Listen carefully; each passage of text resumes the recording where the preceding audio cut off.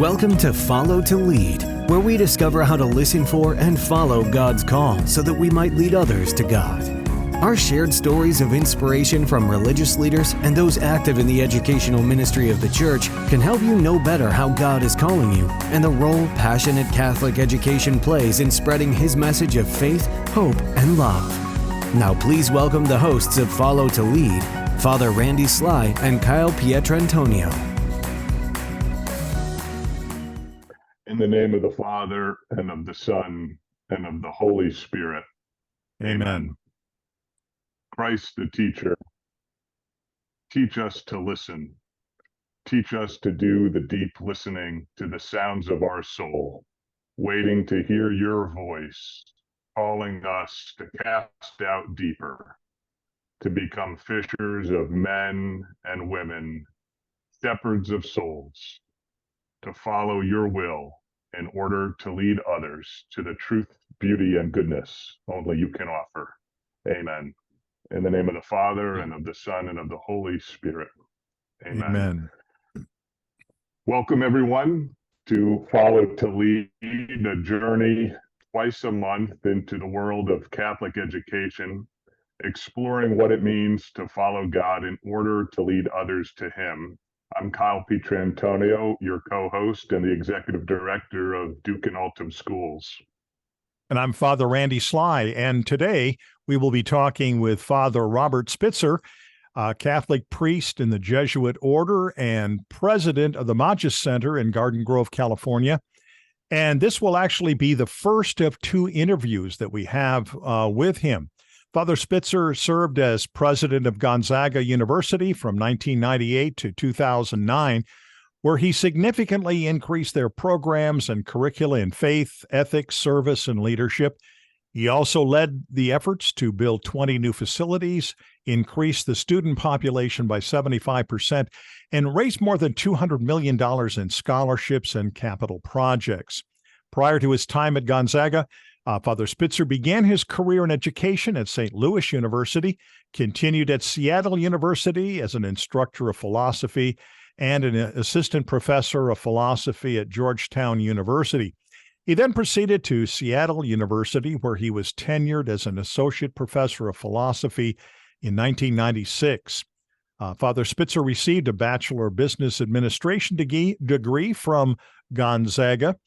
He earned a master's degree in philosophy from St. Louis University, a Master of Divinity degree from Gregorian University in Rome, a Master of Theology degree in Scripture from the Boston College School of Theology and Ministry, and also a Doctor of Philosophy degree from the Catholic University of America in Washington, D.C.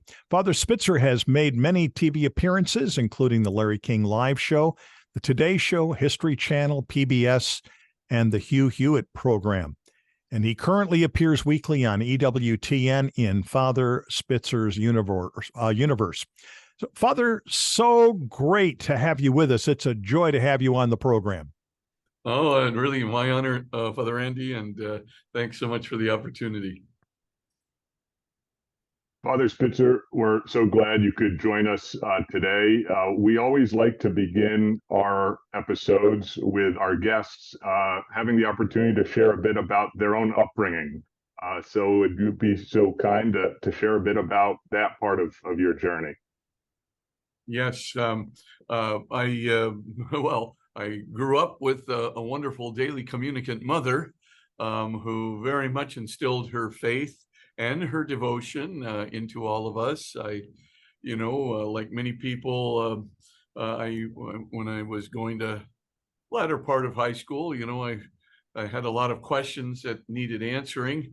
And so in my collegiate career, I got the answers to those questions by divine providence. And I began to see very clearly at that time, that was just the beginning of the singularity equations with Hawking and Penrose and so forth. And so I was able to get a lot of answers to those questions, and not only in my physics encounters, but also in metaphysics class with proofs for the existence of God, things of that nature. And finally, of course, I was able to go on a retreat and, a search retreat. And then that was followed up by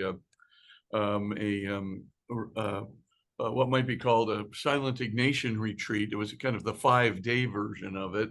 And that really got me thinking, and the rest, as they say, is history. But a real turning point for me was in my freshman year, deciding to go to daily mass. And I got hooked on it, and I kept going. And I think the Lord transformed my heart through his heart in Holy Communion. And that was pretty much, as they say, he brought me out into the desert, and I let myself be brought out. Well, Father, what influences led you to become a Jesuit and enter into the priesthood? There were several of them. I mean, most of them obviously were good Jesuits. The fact that Jesuits were very much involved in academic life, and I felt early on a call to teaching, a call to the academic life. I had recognized, even at the beginning of my Gonzaga experience, I recognized I had a gift for teaching, a gift for speaking, and so it was kind of central to things. But I didn't have to have it. But I thought, this would be a very good use of my gifts, and the Jesuits had a lot of universities, and I thought that might be a really appropriate attitude. But the second biggest influence, besides just the apostolic part, was St. Ignatius of Loyola, to be honest with you. Reading his autobiography, for me, was a real turning point. And that autobiography was given to me. And as I read through what this guy did after his conversion, I thought, my gosh, this is a bundle of focused energy, and he is he just moves and gets things done. And so I thought, oh man, I'd really like to follow him. And then finally, of course, meeting some really great Jesuits, including the great Father Gerard Steckler. When I was at Gonzaga, he was a historian, but I just saw the sense in what he was saying, and I loved his ecclesiology, and then the daily mass, and all of these things kind of funneled together. And the summer before I entered the Jesuits, I went to a course that was sponsored in Spain, El Escorial, Spain. And when I got over there, I had classes from Fritz Wilhelmsen, from Joseph Pieper, and from Bertrand de Margerie, and began to think, our Catholic faith goes much deeper than even I could have conceived of it after getting what I would call a good, Catholic collegiate education. And so I thought, wow, this is truly, it had my heart on fire, and the rest, as I say, is history. You've had so many varied areas of interest, Father Spitzer, from ethics and morality to philosophy and the physical sciences. If you had not followed the call to priesthood, what career path were you considering discerning? Well, basically, my father had his own law firm in Honolulu. I had already, he had told me, that one of the majors he would like me to have would be an accounting major, simply because of its usefulness in corporate law. And I thought that was a wise choice of career for me previously. Obviously he had a law firm, which I could have fit into. When I did my internships in public accounting, I very much liked it. But I knew that my principal, interest was not going to be in the accounting so much as in the corporate law area, Uniform Commercial Code, those kinds of things. And as I said, the gift of the gab, plus the interest in the contracts, seemed to be a good fit. But as I became more and more interested in my religion, by the time I was at the beginning of my senior year, my religion was the most important thing to me in the whole wide world. And I could have never imagined that happening to me at the beginning of my collegiate life. I mean, my priorities were not there. I was going to Mass, and then later started going to daily Mass, but my priorities just weren't there. And then all of a sudden, kaboom, I find myself, as they say, wooed out into the desert, and I followed all too willingly. And I sure am glad I did, because I couldn't have had a happier, more, very, very beneficial life that really served people, not just in this world, but eternally. And that for me made all the difference. I mean, I truly couldn't have imagined a better life, a more meaningful life, a more not just purposeful life, but one that really, brought joy in the midst of the purpose. Of course, there are challenges and crosses one has to deal with, and university presidencies can bring a few of those on. But for all intents and purposes, it's been a great life. Well, we're certainly glad you said yes, Father, because the body of work that you've produced have been such an amazing contribution to not only our contemporary Catholic faith, but also just our faith and culture in general. And today now we're really wanting to focus a lot on faith and science, which many in our modern culture feel cannot coexist. And in fact, it seems now that when someone says, I believe in science, they are sometimes using it as a renunciation of their faith, that science is replacing God. What would you say to someone today who has accepted the claim that science is kind of usurped God in the marketplace? Well, I would say that they're certainly running contrary to where the scientists themselves are. I mean, today, the recent Pew survey poll that looked at the scientists in the American Association for the Advancement of Science. That's one of the biggest scientific organizations in the world. They basically did a survey and found that 51% of the scientists declared themselves, to be either believers in God or a higher transcendent power, but basically theists. And 41% declared themselves to be either agnostic or atheist, kind of split down the middle, about 21% agnostic and 20% atheist. Well, most kids, of course, have the view that most scientists are atheists. So all of a sudden you find out, well, wait a minute, 51% overall declare themselves to be believers in God. Only 20% declare themselves to be atheists. They've got their facts wrong. And so our first thing is to get that cured, but then to look at the young scientists. So the Pew survey also did the survey of the young scientists, in which a supermajority, 66% of the under 35 young scientists declared themselves to be believers in God or a higher transcendent power. Only 16% declared themselves to be agnostic, 15% atheists. So, I mean, clearly, if you're looking at the scientific community itself and the doctors, I mean, that's even more clear, right? 76% of doctors declare themselves to be believers in God or a higher transcendent power.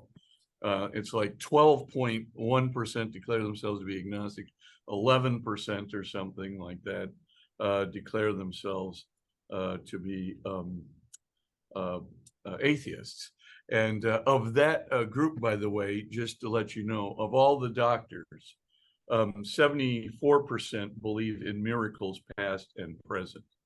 Wow. So, yeah, I'd say that's a providential God, not just a deistic God. And so what you're really dealing with here is a complete shift in the scientific community. Yet people like Dawkins continue to roll on with their, God delusion website and things of that nature. But Dawkins himself has changed his mind, right? He said recently he's no longer an atheist. He's an agnostic because his curiosity has now trumped his skepticism. Well, if that's the case, I think it's time for him to take down that website. And that would be an honorable thing to do, since it really reflects where he is in his own life. Father Spitzer, the beginning of the universe is especially a point of contention, again, with many in our culture who see that God was not involved, or a higher power could not be involved. What might we say as Christians to address that contention? Well, there are three things that mitigate against it hugely. I mean, the first thing is what's called the Bordovil-Lincoln and Guth theorem, which shows that every accelerating universal or multiversal system is going to have a beginning. So if you have what we call a Hubble expansion rate, but that just means the overall rate of expansion of a universe or a multiverse as a whole. That if the multiverse has a rate of expansion greater than 0, that would require a beginning.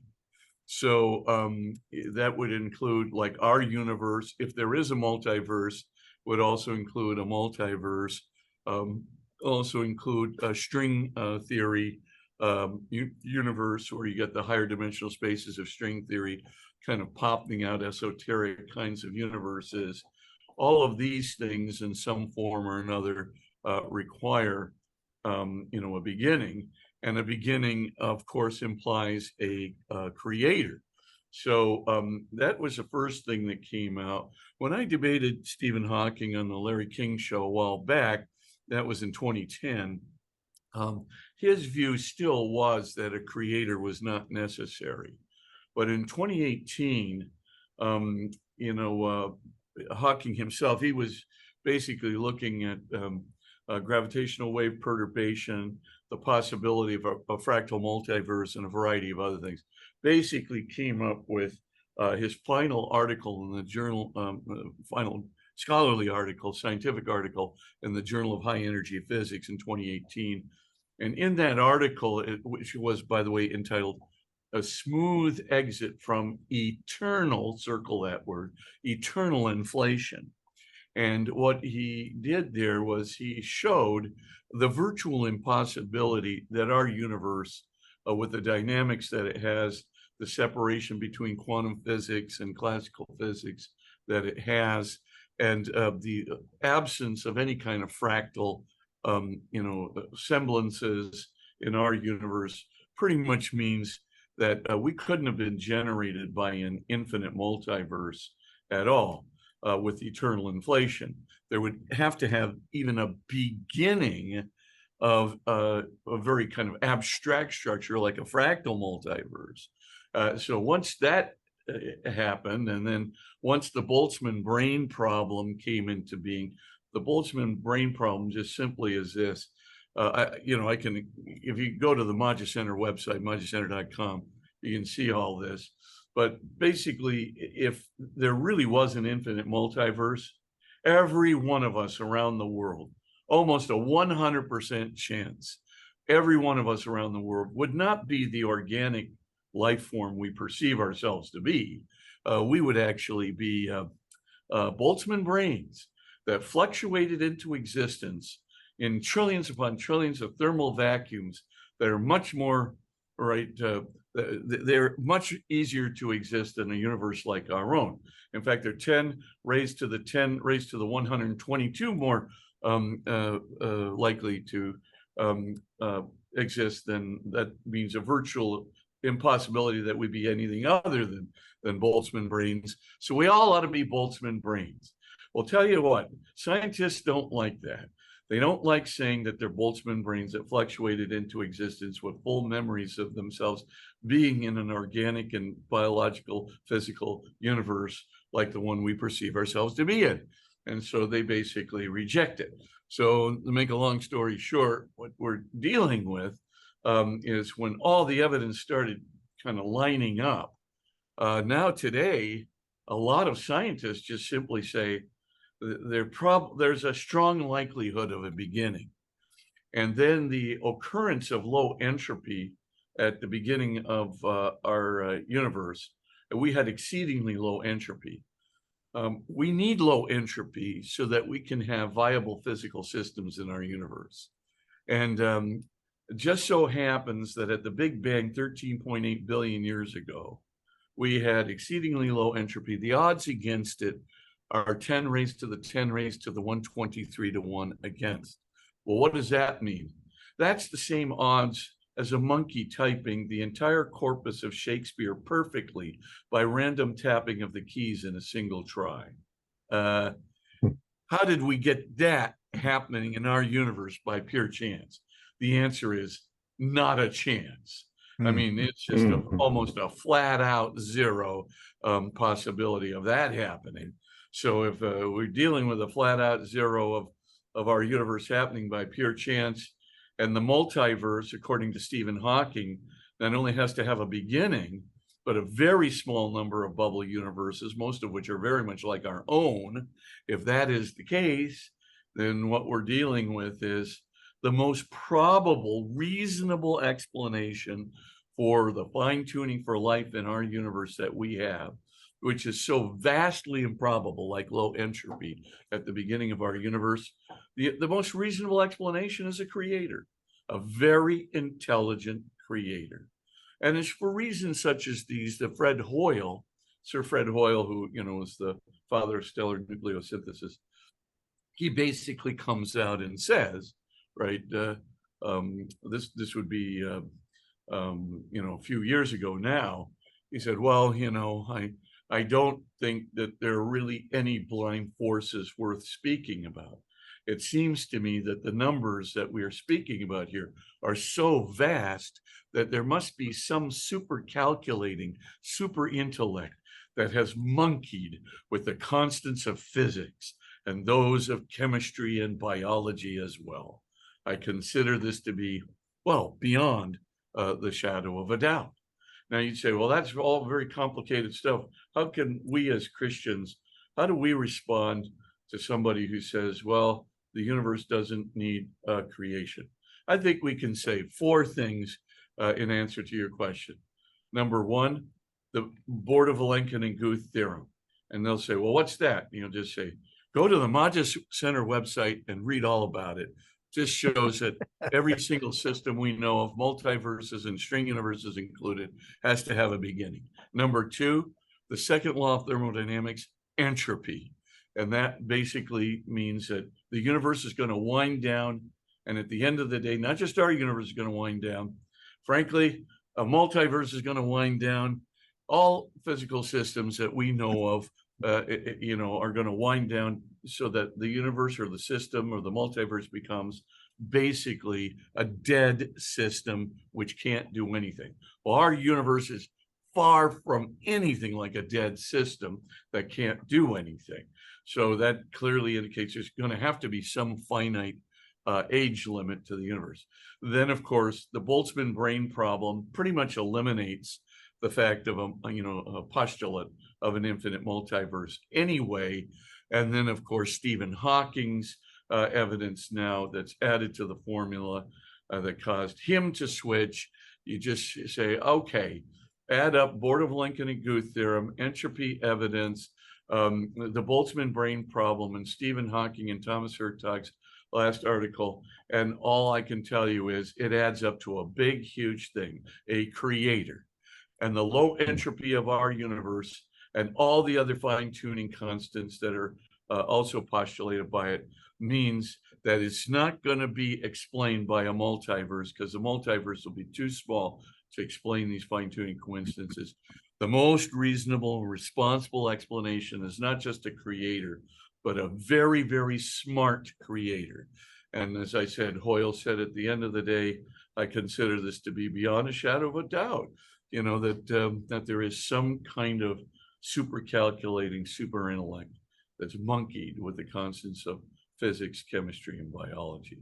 He once compared, he said, the odds of us having an abundance of carbon in our universe by pure chance is like a tornado sweeping through a junkyard, assembling a Boeing 747 ready for flight. So anyway, that's maybe I know it's technical, but there's just a ton of evidence, and they can certainly go to magicenter.com. I also have a high school curriculum, middle school curriculum that has a bunch of videos attached to it. Just tell them to go to video number 2. And I go through this in video number 2. It's a 30-minute video. It's a little long, but we show it to the students who, use our curriculum. And pretty much it's, when they see it, they may not understand all of it, but they know one thing. The significance of it is that, there's a lot of evidence out there which explains why young scientists are 66% theists and scientists overall are 51% theists, which is far, far greater than the 15% of scientists that are atheists in the young scientist category, and the 20% of scientists overall that are atheists in the overall category. So anyway, I leave it at that, and I'll just say the evidence is there. If people want it to look at it, just take a look at those videos, or take a look at our website, magicenter.com. It's explained there in videos and explained there in text as well. And you can get access to all the articles from the journals of physics that I use. So if you're really a science guy, just go there. And if you go down to the footnotes in those articles, the actual URLs are there. You can click on them and get direct access to, for example, the article of Arvind Borda, Alexander Vilenkin, and Alan Guth on the beginning of all expanding systems. It's interesting, Father, that in this time where you've got so much proof, so many ways in which we can approach these issues of faith, and yet we find ourselves in what Gallup and Pew and others are calling the age of the nuns, N-O-N-E-N-S, the ones who become religiously unaffiliated or uninterested. And this seems to be kind of an increasing thing within our culture. And it's especially hard for young people. I spent some time as a high school president, and just watching their lifelessness in terms of the issues of faith. What can we do to kind of keep our young people engaged in this idea of their life in Christ, their faith in God, and in their involvement in the church? Can I do some selfish advertising here, self-interested advertising? Oh, absolutely, because I have a feeling I know where you're going. Okay. Anyway, first thing I would say is, if you've got students in a classroom, I just a religious ed classroom. So if you're in a Catholic high school or middle school, we have a middle school curriculum called Speak the Faith. It's actually a program. We put it in the communication arts area because we wanted a speech course, of course, to be done, but we also are doing a high school course. As you know, in the elective year, there's no prescribed theology courses. There's just elective courses that are permitted by the USCCB. Well, we have one such elective course called the Catholic Faith and Science. It's for senior year. It could be either for first semester or second semester. But if there's just one teacher in the school that is willing to do this once or twice a year on a semester basis for those students, I will guarantee that those students will be the next generation of leaders within their college communities and within their parishes going forward. And the reason is if you look at those surveys that you were just quoting, Father Randy, the principal reason, according to the 2016 Pew survey, in other words, of the 42% of our church-going kids who will leave, 50% of them will leave for only one reason. They believe there's no evidence for God from science, and that faith and science are contradictory. And as you put it, science is truth. Therefore, faith is contradictory and obviously false. That's their view. Now, you can one course later, like, the Catholic Faith and Science, just having this course, if one teacher alone implements it for, let's say, 25 students or whatever, if one teacher implements it, I'm telling you, you will create 25 leaders. I'll show you the qualitative evidence. We've beta tested it in New York City and in Staten Island, New York, etc. And if you look at this, it's very clear. They move from, as you put it, eyes rolling, lethargy in the classroom. Do I have to go through yet another religion course? Now I'm going to be encouraged in the spirituality that I don't believe in. They believe the cultural propaganda so deeply that you gotta nip it in the bud. And one way of putting an Exocet missile into the whole cultural project is this course, Catholic Faith and Science, or for the middle school students, Speak the Faith. And the main thing, if you look at it, is it just attacks all the cultural myths, starting with, well, who are these scientists anyway? Are they really atheists, as everybody says? Is Dawkins really right in his God delusion? Are you kidding me? Do you know credible scientists? Well, we're going to line up 20 credible physicists here, the very, very best in the world. We're going to tell you very differently. And so we go through the entire, sequence of these things. And at the end of the day, it's really pretty remarkable what the turnaround is with these students. Like I said, you're not, you can use our 7 essential modules and plug a few of these modules into a theology course in the freshman, sophomore, junior year. That's fine. But, that's going to be 1 or 2 classes. If you really want to take that student, give them a 1-semester class, whether in middle school or, of course, the senior year of high school would be ideal, because then they become leaders. They not only are going to get enough information to defend their faith and maintain it, they're going to get enough information. I mean, we go through not just, the faith and science, for example, what I was doing today. We do it in an age-appropriate way. We do it in that area of faith and physics. We also do it with near-death experiences and the afterlife. And today, right, the New York Academy of Sciences in 2022, in their article, they published an article in their proceedings, and basically shows the strong likelihood that your consciousness will survive your physical death. Man, you would have never gotten an article from the New York Academy of Sciences in that regard, even 15 years ago.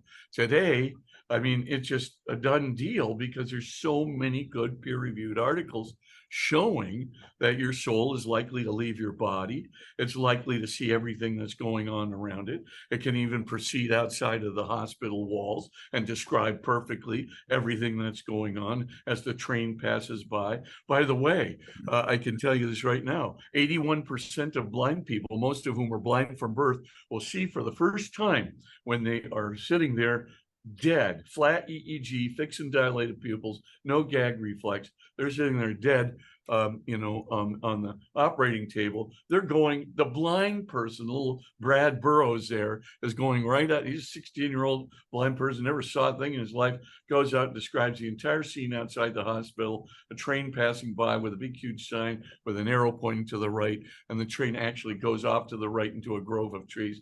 I mean, it's just absolutely unbelievable. Could not be done unless Brad was standing outside the hospital when he was dead, and trains have train schedules, and Brad's heart attack has a schedule. I mean, it's all timed out perfectly. So you start looking at these kinds of things. Physicalist explanations aren't going to do the trick. Materialist explanation not going to do the trick. So we just start there. We go to the evidence for God from contemporary physics and cosmology. Then we go to Jesus, because as you know, the 1988 carbon dating has been completely debunked from 4 different vantage points, but the most important of which is the wide angle X-ray scattering test that was recently peer reviewed. That by Liberato Di Caro and the National Italian Laboratories guys. And they basically showed not only that, Dr. Tristan Casabianca in archaeometry at Oxford there showed that it was, that test couldn't possibly have dated the sample to the Middle Ages with any accuracy, since there was so much heterogeneity and variation and stratification in the data, the raw data. The statistical analysis said this doesn't show anything. So the fact is the 1988 carbon dating's gone. The wide angle X-ray scattering test has shown that the very likely date of the shroud's origin was between 54 to 75 AD, with a 95% confidence level, plus or minus 100 years. Well, that's really close. 54 to 75. Yeah, that's really close to 33 AD, and we're honing in on it by a test that doesn't have any carbon variables in it. Like the shroud was caught in a fire of Chambéry, just for starters.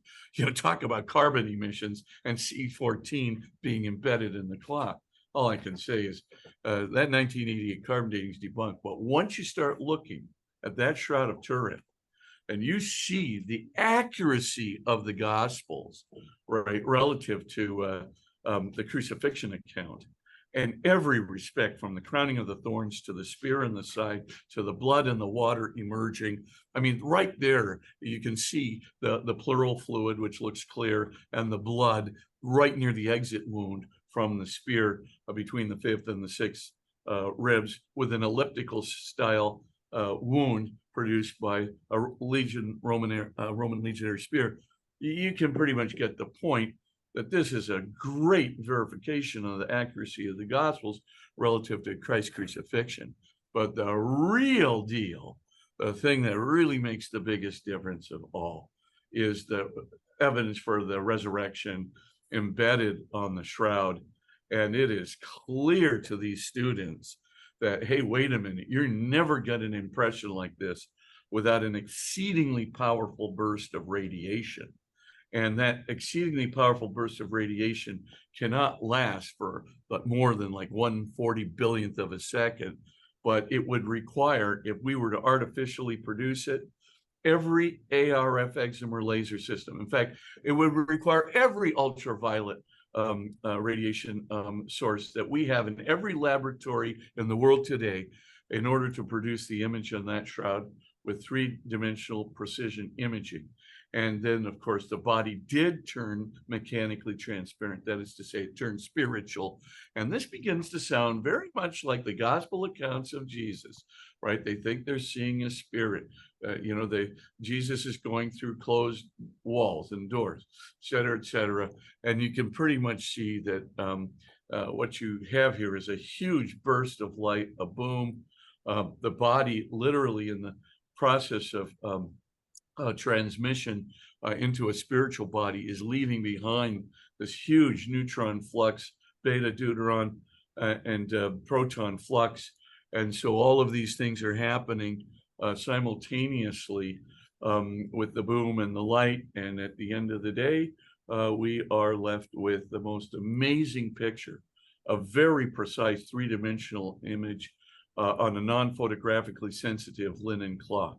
Well, when we get through explaining that and explaining the fact that the only way you could, dead bodies do not leave off. Huge bursts of radiation, simultaneous, low temperature nuclear explosion, or all the particles in the entire body are literally disintegrating simultaneously. Hey, there's 7 octillion, atoms, 7 octillion stable atomic nuclei in that body. It's like a trillion, stable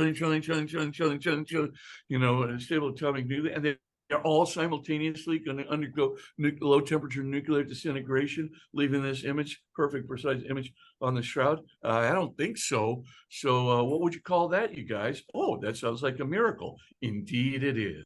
A miracle beyond belief that gives us an impression of Jesus' movement from, a physical body to his spiritual body. And by the way, we do all the Eucharistic miracles too. The scientific data for the Eucharistic miracles is overwhelming.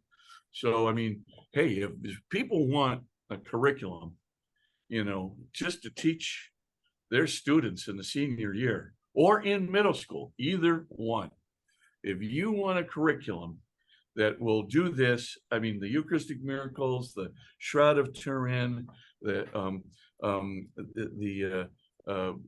evidence for God from science, the near-death experiences, and the probability of consciousness surviving bodily death. You want all that evidence, plus the theological underpinnings of it, plus the comparison of the gospel accounts of Jesus's resurrection to all of these things.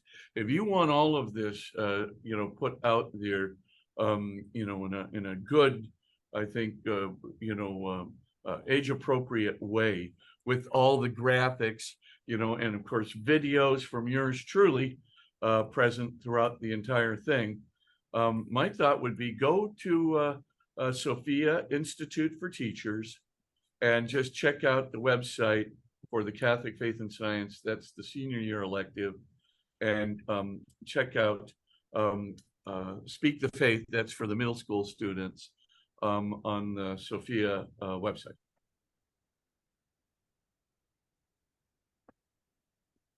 Father, thank you for sharing that. I mean, this seems like it would be something many DIA schools would be interested in adopting if they haven't already.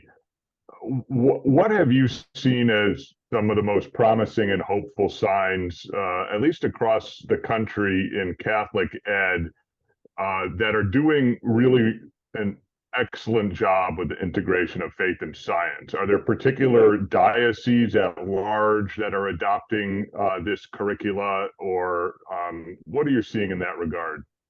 Yeah, right now we just started marketing this curriculum for the high school students.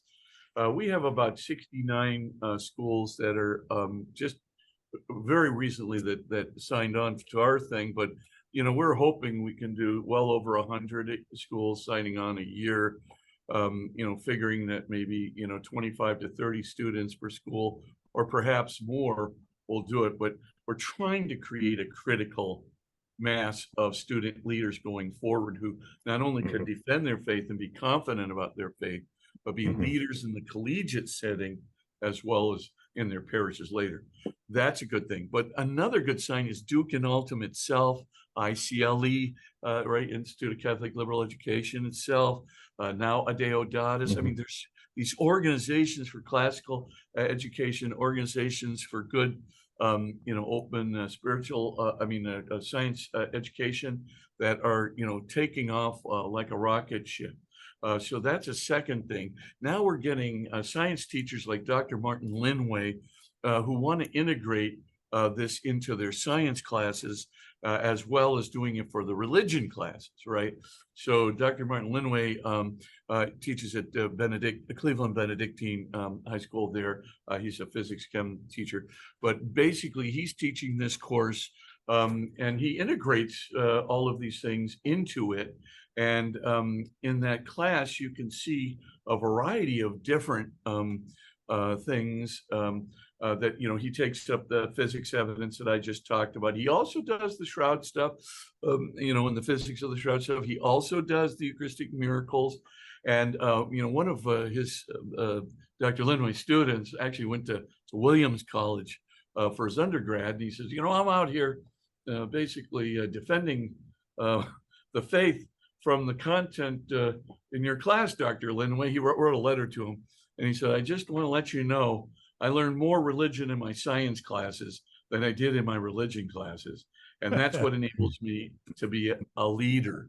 So to have the science classes now starting, the science teachers doing this is a real gift, but we really need the religion teachers to do it. Just anybody, you know, there's a video for all of the lessons. So there's 20-minute videos to start things off with. Some of the videos are about 30 minutes, but you play those things and then you can discuss it. You can, all the exercises are there. Sophia Institute for Teachers put together all the lesson plans. I mean, it's almost done for you practically. And so the same with the middle school courses. So our objective is basically to get the students into a position, not just where they can help themselves, but help others. That's the main thing now, because we got to create a core group of defenders. As I said, 50% of all the kids that are going to leave the church, and not only that, leave belief in God, have one big reason.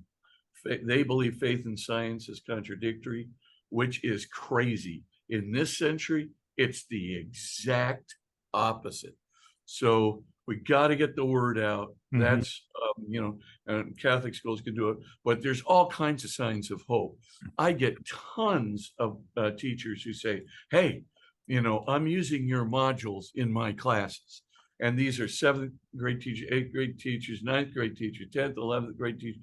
I know the 11th grade is mostly moral theology, but nevertheless, I got them all up and down the board, including the senior year. And so our hope is to just get that one step further into that one semester class. Using modules is a good thing. Absolutely put it in your 9th, 10th, or 11th grade class. But get a one semester class. Start developing the next generation of leaders.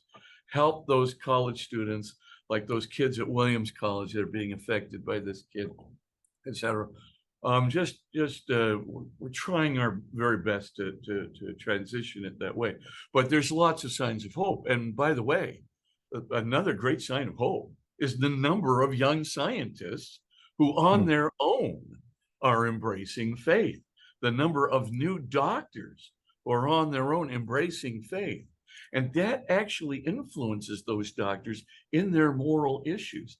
Even though a lot of medical school force them to take an abortion,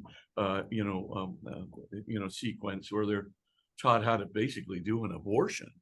They have no intention of doing these things once they are certified and so forth and so on.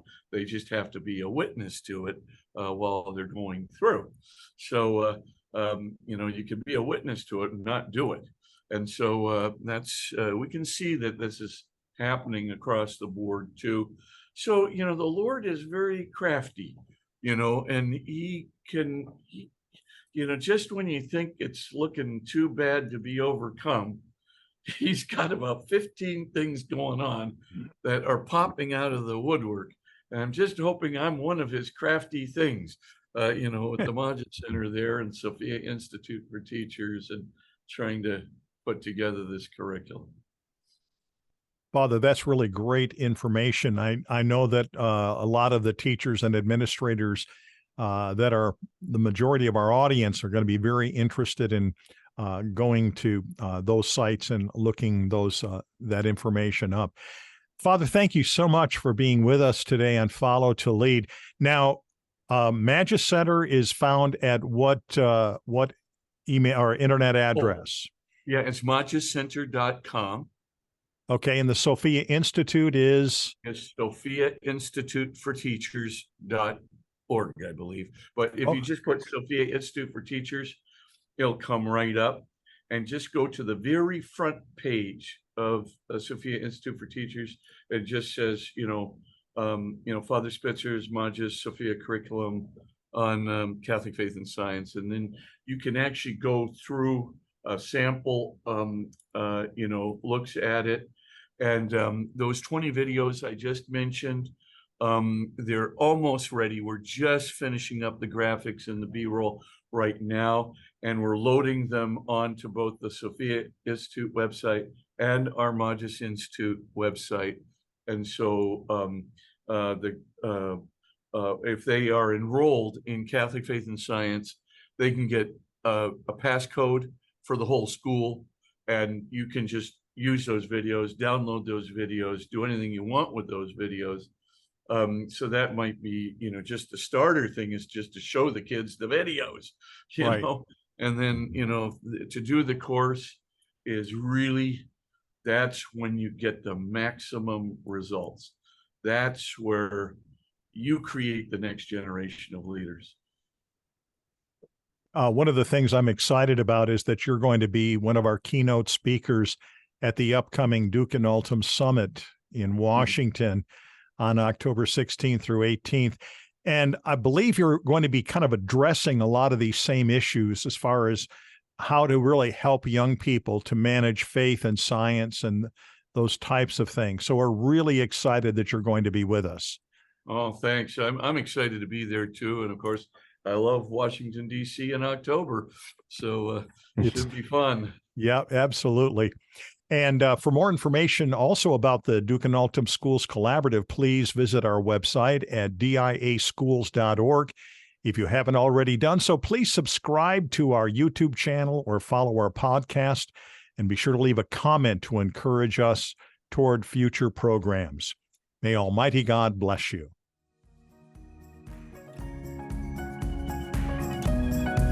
We'd like to thank you for joining us on this episode of Follow to Lead, a production of the Duc in Altum Schools Collaborative. To learn more about finding your own path in your journey of faith, or for more information on what we discussed in today's episode, you are invited to follow us on social media and visit us on the web at diaschools.org. To provide a one-time donation or monthly pledge, please visit our website. Your gift will aid us in providing up-to-date information, additional resources, and other support on how to take Catholic education to a higher level. We look forward to helping you follow God's call to lead others to God right here on Follow to Lead.